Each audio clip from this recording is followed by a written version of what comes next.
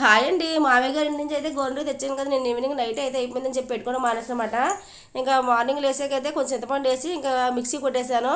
చాలా బాగా పండిందండి. నేనైతే మా పెళ్ళి 11 ఏళ్ళు అవుతుంది కానీ ఒక్కసారే పెట్టుకున్నానండి. తర్వాత నేను ఎప్పుడు పెట్టుకోలేదు. మా పిల్లలతో ఇబ్బంది, మా అబ్బాయి ఉండేవాడు కదా, ఆడితో ఇబ్బంది అవుద్దని చెప్పేసి గంటన్నర వెయిట్ చేయాలని చెప్పేసి పెట్టుకోవడం మానేసి మళ్ళీ ఇప్పుడైతే మా హద్వితల్లి కోసమైనా తెచ్చుకోవాలని వెళ్ళానండి, ఆషాఢ మాసం కదా అని చెప్పేసి. వెళ్ళాక ఇంకా తర్వాత అయితే తెచ్చేసుకొని మిక్సీ కొట్టుకున్నానండి.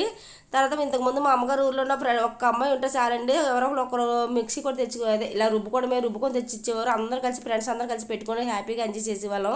ఇప్పుడు ఇక్కడ ఎవరు అలా ఏమి ఉండరు కదా. తర్వాత వచ్చేసి నేను మిక్సీ గిన్నెలో తీస్తుంటే కానీ నా చెయ్యి అయితే పండిపోయిందండి. గోంటకు అంత బాగా పండింది మాట. తర్వాత అయితే నేను ఒక చేతికి పెట్టుకుని లేదా హద్విత లేదు నాకు ఎట్టవారు అడిగింది. సర్లేని చెప్పేసి మా హద్వితలకి అయితే ఫింగర్స్ కడుతుంది, కింద పడిపోతుంది గోంటకు అంత అని చెప్పి సందమామ అయితే పెట్టాను. ఒకే ఒక ఫింగర్కి అయితే పెట్టించుకుందండి. తర్వాత ఇంకో దానికి కూడా సందమామ పెట్టాను, 2 కాళ్ళు కూడా పెట్టాను. చాలా బాగా బుద్ధిగా గంట చేపు కూర్చుందని కానీ గౌన్ అంతా రాసేసుకుంది అంతే అండి.